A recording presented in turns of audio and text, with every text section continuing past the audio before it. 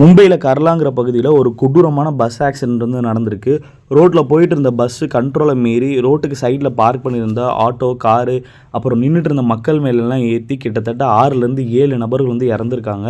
கிட்டத்தட்ட 25லேருந்து 30 நபர்கள் வந்து ரொம்ப சீரியஸான கண்டிஷனில் வந்து ஹாஸ்பிட்டலில் வந்து அட்மிட் பண்ணியிருக்காங்க. ஸ்டார்டிங்கில் இது வந்து பிரேக் ஃபெயிலியர்னு சொல்லி கண்டுபிடிச்சிருக்காங்க. இன்னும் இன்வெஸ்டிகேஷன் வந்து போயிட்டுருக்கு. கொஞ்ச நாளைக்கு முன்னாடி பார்த்திங்கன்னா நம்ம தமிழ்நாட்டில் திருவண்ணாமலையில் மழையினால் நிலச்சரிவில் கிட்டத்தட்ட 7 நபர்கள் ஒரே குடும்பத்தை சேர்ந்தவங்க வந்து குழந்தைகள் உட்பட இறந்துருந்தாங்க. இப்போ இதை ஏன்டா இங்கே சொல்கிறேன்னு சொன்னிங்கன்னா, இந்த விஷயங்கள்லாம் பார்க்கும்போது ஒன்று தான் தோணுது.